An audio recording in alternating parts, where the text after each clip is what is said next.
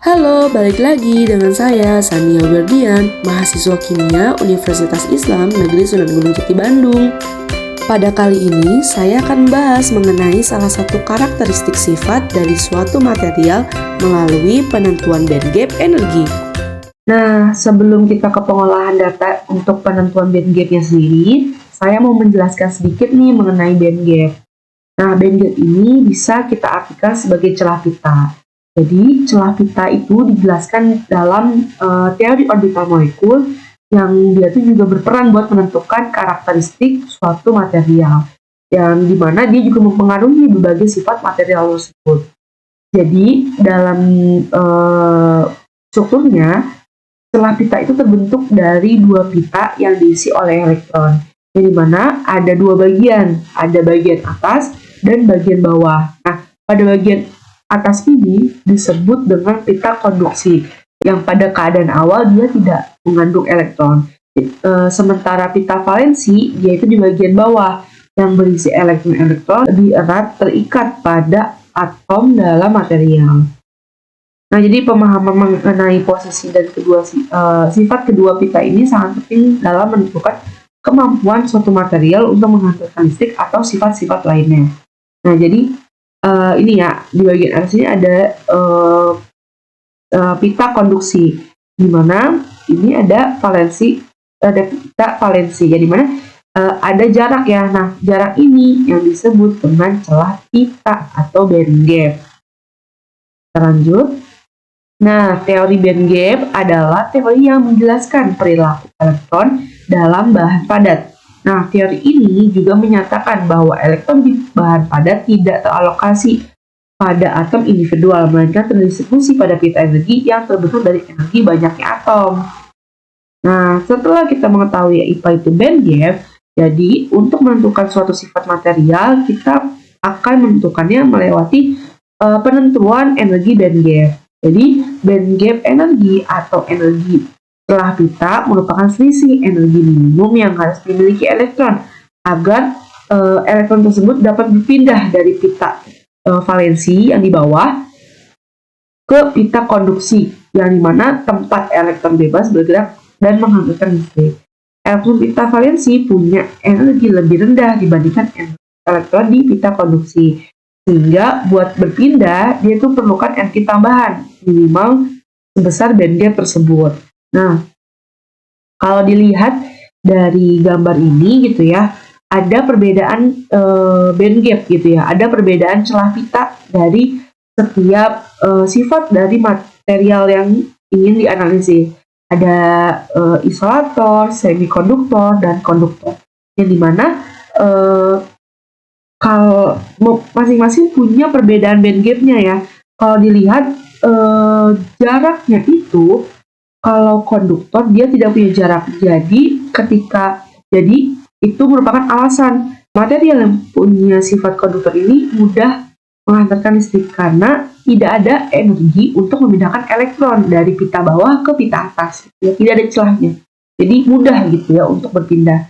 Sedangkan isolator jaraknya paling besar, jadi dia perlu energi untuk memindahkan elektronnya. Sedangkan ada semikonduktor, yang dimana jarak ini bisa dibilang di antara isolator dan konduktor. Selain itu, jenis band gap itu ada dua ya, ada yang direct atau yang indirect. Direct itu secara langsung dan indirect itu tidak secara langsung. Nah, pada direct band gap, puncak pita valensi dan pada dasar pita konduksi terjadi pada momentum yang sama, sehingga elektron dapat langsung memancarkan atau menyerap foton. Ini tuh penting buat perangkat optik, contohnya ada LED sama laser. Terus ada indirect band gap. Nah, puncak pita valensi dan dasar pita konduksi terjadi pada momentum yang berbeda, sehingga perpindahan elektron membutuhkan bantuan foton atau getaran fisik buat jaga momentumnya. Nah, ini buat emisi foton langsung kurang efisien. Nah, ini ada contohnya ya. Kalau semisalnya ini adalah direct band gap. Jadi di mana ketika pitanya ini punya jarak yang sama, jadi dia akan memindahkan elektron secara langsung. Jadi langsung ke atas gitu. Sedangkan kalau dia indirect band gap, dia punya perbedaan momentum.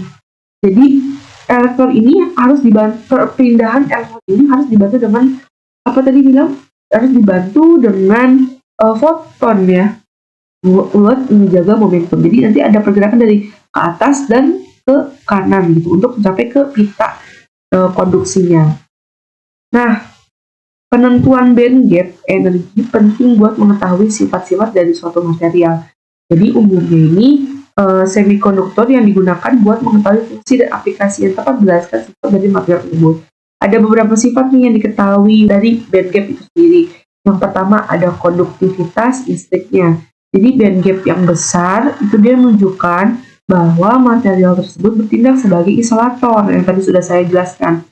Sementara band gap yang kecil, ia menunjukkan material tersebut merupakan konduktor. Nah, pertengahannya ada semikonduktor. Dia punya band gap menengah.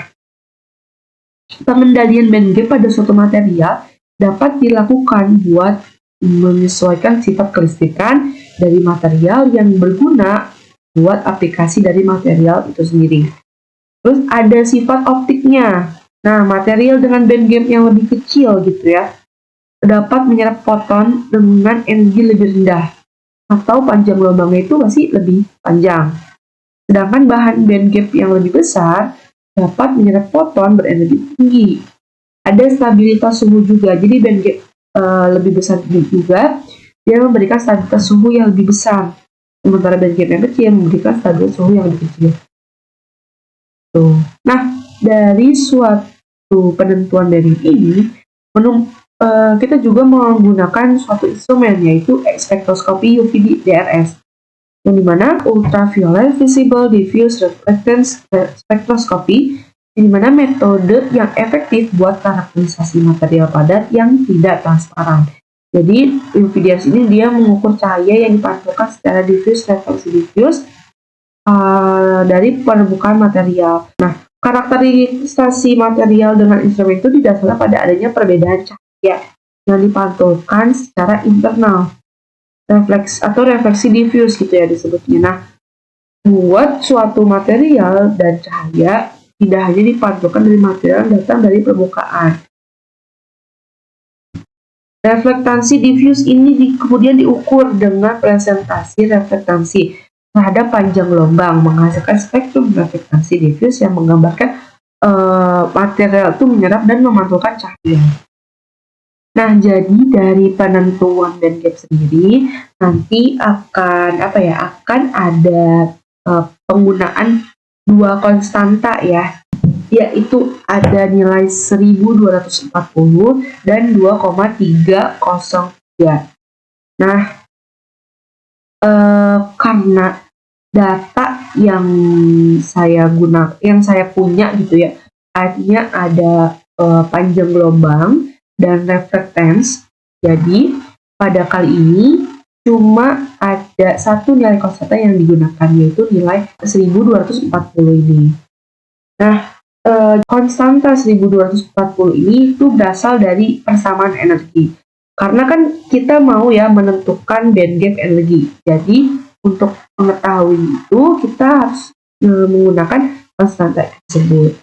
Nah, konstanta ini nilai 1240 ini berasal dari persamaan tau dan Davis mode, yang dimana alfa dikali H dikali V pangkat gamma sama dengan A dikurangin HV dikurangin EG, yang dimana alfa ini merupakan koefisien absorpsi, yang H ini adalah konstanta Planck, V adalah frekuensi dengan rumus atau turunan kecepatan cahaya dikurangi kecepatan cahaya dibagi lambda, ada EG koefisien absorpsi, ada A yaitu konstanta proporsional, ada gamma yang dimana ada dua angka yang sudah saya jelaskan tadi, untuk setengah itu untuk indirect type dan 2 untuk transisi direct type. Jadi sebelum itu kita juga harus tahu jenis transisi apa yang terjadi pada material tersebut. Jadi tetapan 1240 ini berasal dari persamaan energi. Karena kan kita mau menentukan band gap energinya. Jadi kita menggunakan persamaan energi ini, yaitu E sama dengan HV. Yang dimana tadi kan HV ini kan turunnya dari C per lambda.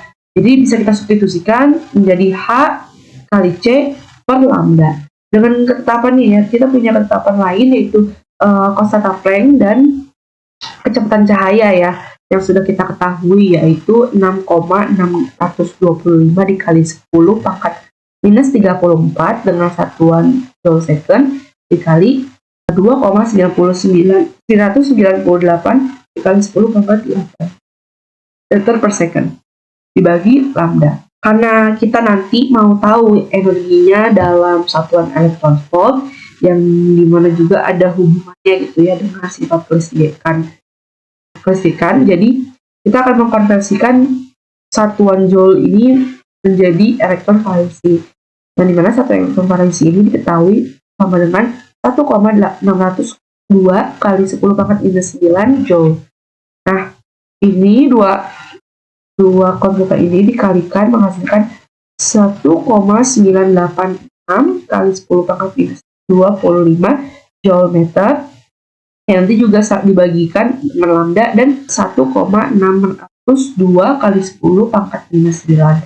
Semoga bisa dihasilkan 1240 kali 10 pangkat minus 9 elektron volt meter dibagi lambda. Jadi meter ini kita ubah nanti ke nanometer. Kenapa? Karena ini ada lambda, yang dimana lambda ini panjang gelombang yang umumnya mempunyai satuan nanometer gitu. Itu adalah asal-usul 1240 yang nanti akan digunakan buat penentuan BMG. Selanjutnya ada ketetapan 2,303. Nah, ini tidak akan saya jelaskan karena persamaan ini tidak akan digunakan pada penggunaan persamaan Kubel-Kammul. Karena pada video selanjutnya saya akan menjelaskan mengenai persamaan Kubel-Kammul yang nantinya akan kita tentukan band gap-nya menggunakan Kubel-Kammul. Oke. Mungkin itu saja penjelasan awal dari saya. Kurang lebihnya mohon maaf. Kita lanjut ke part 2 ya.